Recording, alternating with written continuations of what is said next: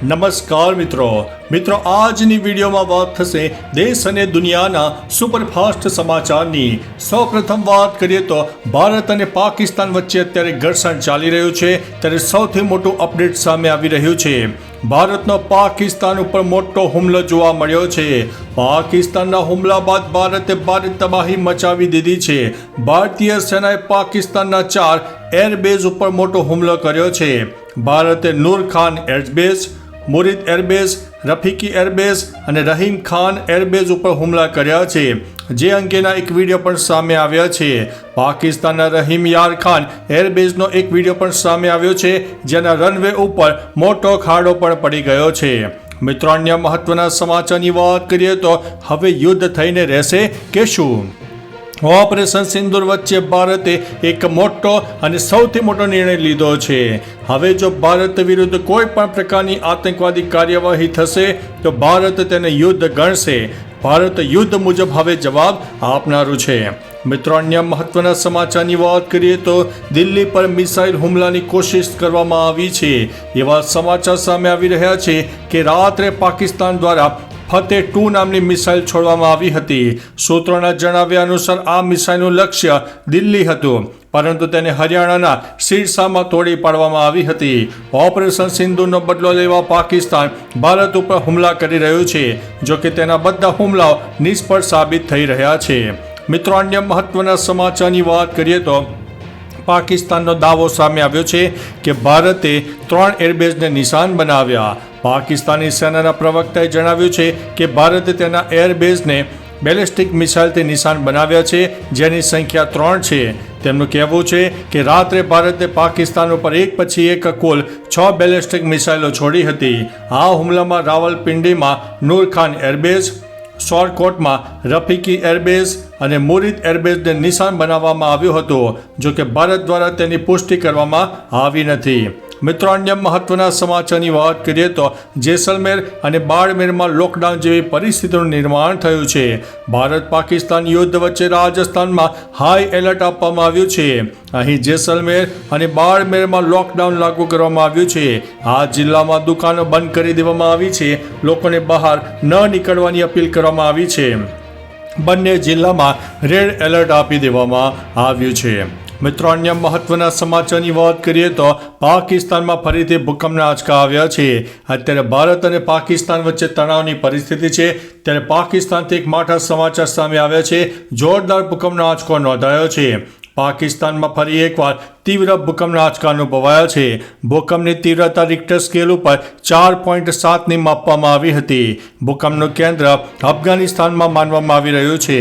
આ પહેલા પણ રાત્રે 1 વાગ્યે પાકિસ્તાનમાં ભૂકંપના આંચકા અનુભવાયા હતા, તેની તીવ્રતા 4ની માપવામાં આવી છે। મિત્રો, અન્ય મહત્વના સમાચારની વાત કરીએ તો ઓપરેશન સિંદૂર ભારતને ફળી રહ્યું છે। 7મી મેના રોજ પાકિસ્તાનમાં ભારતે કરેલ એર સ્ટ્રાઇકમાં ઘણા આતંકીઓ માર્યા ગયા છે, જેમાં લશ્કરના 2 ટોચના કમાન્ડર મુદસ્સર કાદિયાન અને ખાલિદ ખાન ઉર્ફે અબુ અક્સા, જ્યારે જૈશના 3 આતંકીઓ હાફિઝ મોહમ્મદ જમીલ અને મસૂદ અઝહરનો મોટો ભાઈ મોહમ્મદ તેમજ યુસુફ અઝહર, મોહમ્મદ હસન ખાનનો સમાવેશ થાય છે। આ ઉપરાંત માર્યા ગયેલા લોકોમાં કાંધાર હાઈજેકિંગ અને પઠાણકોટ હુમલાના માસ્ટર માઇન્ડ અબ્દુલ રઉફ અઝહરનું નામ પણ પહેલેથી આવી ગયું છે। મિત્રો, અન્ય મહત્વના સમાચારની વાત કરીએ તો સાયરન, ગોળીબાર અને ધમાકા। બાડમેરમાં સાયરન વાગ્યા હતા, બજારો બંધ થઈ ગયા હતા। જોધપુરમાં પણ જિલ્લા વહીવટીતંત્રએ લોકોને પોતાના ઘરોમાં રહેવાની સૂચના આપી છે, ત્યાં પણ સાયરન વાગી રહ્યા હતા। એલઓસી ઉપર ભીષણ ગોળીબાર થઈ રહ્યો છે। રાજૌરી, પૂંછ અને અખનૂર સહિત દરેક જગ્યાએથી સતત ગોળીબારના અવાજો આવી રહ્યા છે। ઉધમપુર, શ્રીનગર અને જમ્મુમાં વિસ્ફોટકોના અવાજો સંભળાઈ રહ્યા છે। દાલ તળાવમાં એક મિસાઇલ જેવો ગોળો પણ વિસ્ફોટ સાથે પડ્યો હતો। મિત્રો, અન્ય મહત્વના સમાચારની વાત કરીએ તો બ્રેકિંગ ન્યૂઝ સામે આવી રહ્યા છે। ટીવી ચેનલો ઉપર સાયરન વગાડવા ઉપર પ્રતિબંધ મૂકવામાં આવ્યો છે। પાકિસ્તાન સાથે ચાલી રહેલા તણાવ વચ્ચે ભારત સરકારે ટીવી ચેનલો માટે એક નવી સલાહકાર જારી કરી છે। આ અંતર્ગત સરકારે કહ્યું છે કે તમામ ટીવી ન્યૂઝ ચેનલોએ તેના કાર્યક્રમોમાં એર ડિફેન્સ સાયરન્સ વગાડવાનું બંધ કરવું જોઈએ। સાયરનનો નિયમિત ઉપયોગ નાગરિકોમાં હવાઈ હુમલાના સાયરન પ્રત્યે સંવેદનશીલતા ઘટાડી શકે છે। મિત્રો અન્ય મહત્વના સમાચારની વાત કરીએ તો પાકિસ્તાનમાં મોટો ભૂકંપનો આંચકો અનુભવાયો છે. 9મી મેની મોડી રાત્રે પાકિસ્તાનમાં ભૂકંપના આંચકા અનુભવાયા છે. રિક્ટર સ્કેલ ઉપર ભૂકંપની તીવ્રતા 4ની માપવામાં આવી છે. મોડી રાત્રે લગભગ 1 વાગ્યે અને 44 મિનિટે આ ભૂકંપ આવ્યો હતો. ભારત સાથે ચાલી રહેલા તણાવ વચ્ચે ભૂકંપના આંચકા અનુભવાતાની સાથે લોકો ગભરાઈ ગયા હતા અને પોતાના ઘરોની બહાર નીકળી ગયા હતા.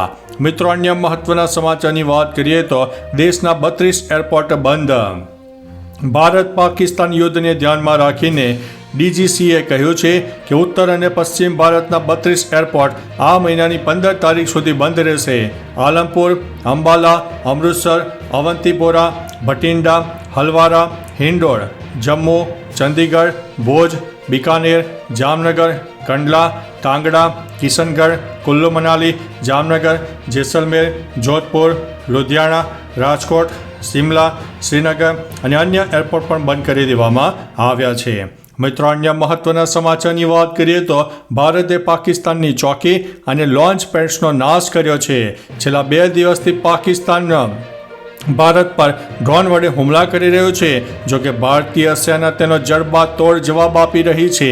હવે સેનાએ મોટું કારનામું કર્યું છે. જમ્મુ નજીક ભારતીય સેના દ્વારા પાકિસ્તાની પોર્ટ્સ અને આતંકવાદી લોન્ચ પેડ્સનો નાશ કરવામાં આવ્યો છે, જ્યાંથી ટ્યુબ લોન્ચ ડ્રોન પણ લોન્ચ કરવામાં આવી રહ્યા હતા, જેનો વિડીયો પણ સામે આવી રહ્યો છે.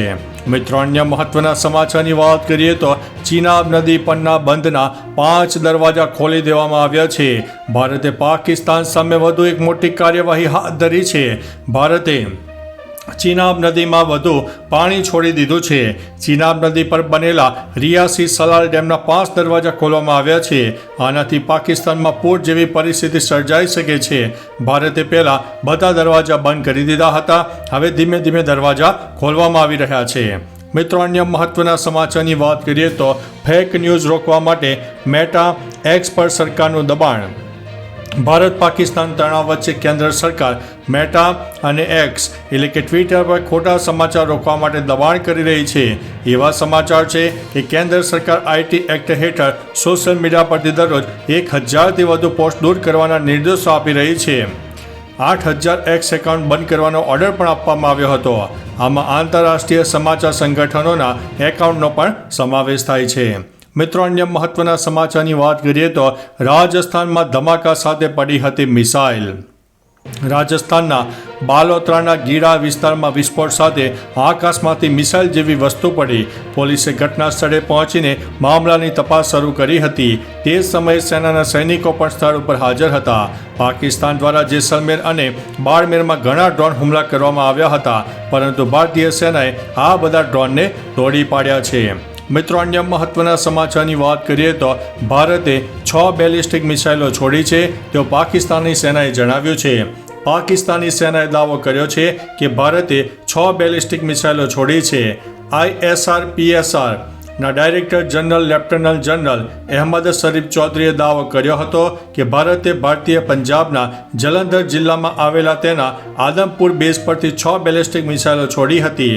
તેમણે આ પગલાંને અતાર્કિક અને અત્યંત ખતરનાક ગણાવ્યું છે. તો ચાલો મિત્રો, ફરીથી દેશ અને દુનિયાના સુપરફાસ્ટ સમાચાર લઈને મળતા રહીશો. ત્યાં સુધી અમને રજા આપશો. નમસ્તે.